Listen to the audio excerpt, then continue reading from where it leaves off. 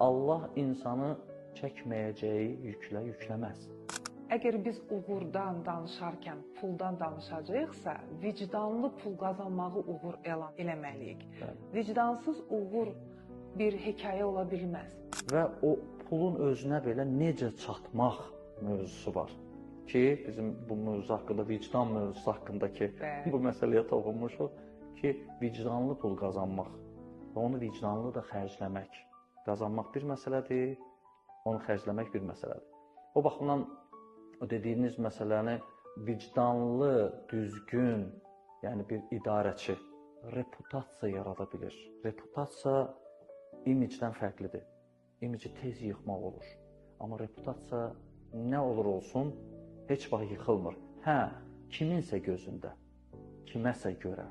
Bəzən bunun adını realistik qoyurlar. Reallıq budur ki, adam, məsələn, filan hərəkətdə vicdanlı hərəkət elədi, amma, məsələn, ziyana düşdü. Həqiqətdə budur ki, pərdənin arxasında hər bir ziyanda bir xeyir var. Bəlkə də bu ziyan onun üçün qat-qat qabaqdadır. Hə, üzdə biraz fərqlidir. Və belə deyək, pulun, əlbəttə ki, pul çox şeydir. Pul yaxşı şeydir. Onu düzgün qazanıb, düzgün də xərcləmək çox önəmlidir və insan xidmətlərini yaxşı pul olduqca gözəl edə bilir. Amma pulu kimlərinsə yıxılmağı hesabına, kimlərinsə istismar olmağı hesabına, kimlərinsə belə deyək də bədbəxtliyi üzərində özünün gördüyü kimi, əslində bədbəxtçilik, amma özü üçün gördüyü xoşbəxtçilik quran adamın yəni nə uğuru ola bilər? Çox doğru məqama vurğuladınız. Çünki əgər biz uğurdan danışarkən puldan danışacağıqsa, vicdanlı pul qazanmağı uğur elan eləməliyik. Vicdansız uğur bir hekayə ola bilməz. Vicdanlıymış kimi illüziya yaradaraq, insanların əməyindən, vaxtından daha çox istifadə edib, daha az mənfəət verərək və yaxud da hər hansı bir qeyri-qanuni işlərə müəyyən bir məntiq qazandıraraq olan hallardır. Kamuflaj kimi vicdanlı insanlar var. Vicdanlıymış kimi davranır.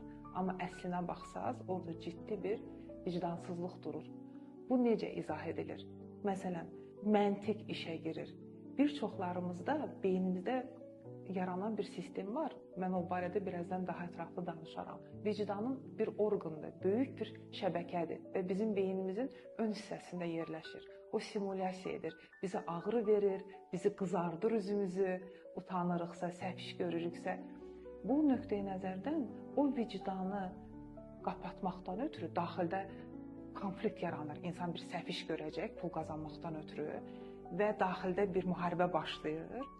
Bu müharibəni qazanmaqdan ötürü pul üçün məntiqi işə salır. Bəhanələr gətirir ki, mən bunu bunlara görə eləyirəm və ona görə də bu addımı atmaq məcburiyyətindəyəm. Bu vicdansızlıq deyil, bu xeyrimizədir. Yəni vicdanın kamuflaj edərək, bəhanələrlə, məntiq calayaraq insanlara istədiyini, yanlışını edə bilir. Belə bir insanların ətrafında yaşayırıq. Mən də tanıyıram, siz də tanıyırsınız. Və akademiya olaraq, etik olaraq mənim ən böyük müraciətim iş adamlarına, gənclərimizə bir işi görərkən onu vicdanlıyam deyiriksə, kamuflaj etmirik. Bir də beyin alimlərin çox maraqlı bir araşdırmaları olub. Vicdanın sərhədləri də varmış, etikanın sərhədləri də varmış. Məsələn, birini otaqlara salıblar, deyiblər yalan danış. Vicdanından keç, bu insana yalan de, sənə $100 pul verəcək. Danışmayıblar ki, həqiqəti deməliyik. O pul $10.000 çatanda vicdanın üstündən keçib yalanı danışmağa başlayıblar. 30.000-ə ən doğmalarına yalan danışmağa başlayıblar. Yəni, bəli, və demək vicdan indeksi var. Hər birimizin bir sərhəddi var. Vicdan sərhədlidir. Hər birimizin sərhədi nə qədər həcmlidir, nə qədər genişdir, bunun da ölçə bilib elm. O qədər realdır. Vicdanı ölçmək olar, vicdanı, vicdansızlığı müəyyən etmək olar. Beyin alimləri beyində adı prefrontal korteksdir, beynimizin ön hissəsidir.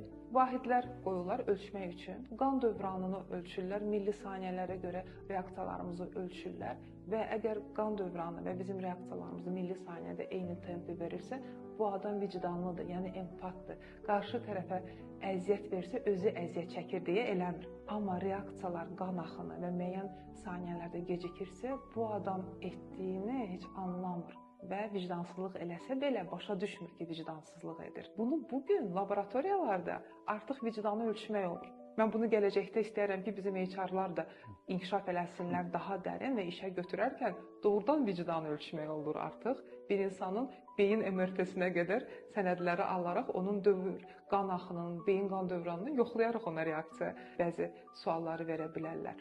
Çox maraqlıdır ki, siz danışırsınız, məsələn, elmlə iman qardaşdır deyilir. Bəli. Bu ikisi bir arada olmalıdır və balanslı olmalıdır.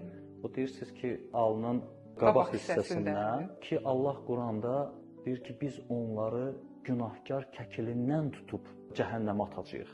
Əslində mənim üçün ən vacib xəbərlərdən, açılışlardan biri olmuşdu ki, inanırıq ki, bu heç bir dünyada baş vermiş hərəkət heç biri cəzasız qalmayacaq. Zaten burada da olmur. İstər mükafatın, istər cəzanın bir cavabı olacaq.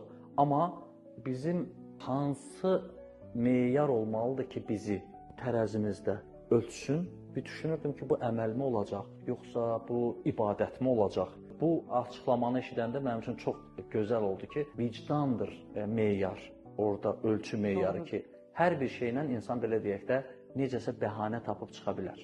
Amma Allah insanın içində o vicdanı buraxıb ki, hər bir insana o səs gəlir.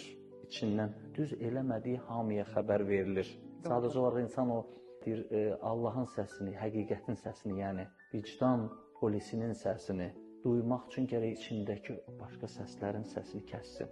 Biz bəzən səslər içimizdən qaldırırıq ki, deyirsiniz, bir $100 onlar eləmədilər. $10.000 da səsləri artırdılar ki, o vicdan səsi artıq kəsilsin. O baxımdan almağa yaxşı bir xəbər var ki, Allah insanı çəkməyəcəyi yüklə yükləməz. Yəni insan o vaxta qədər imtahan olunur ki, sonra deyə bilməsin ki, mən buna gücüm çatmadı və yaxud da bunu edə bilmədim.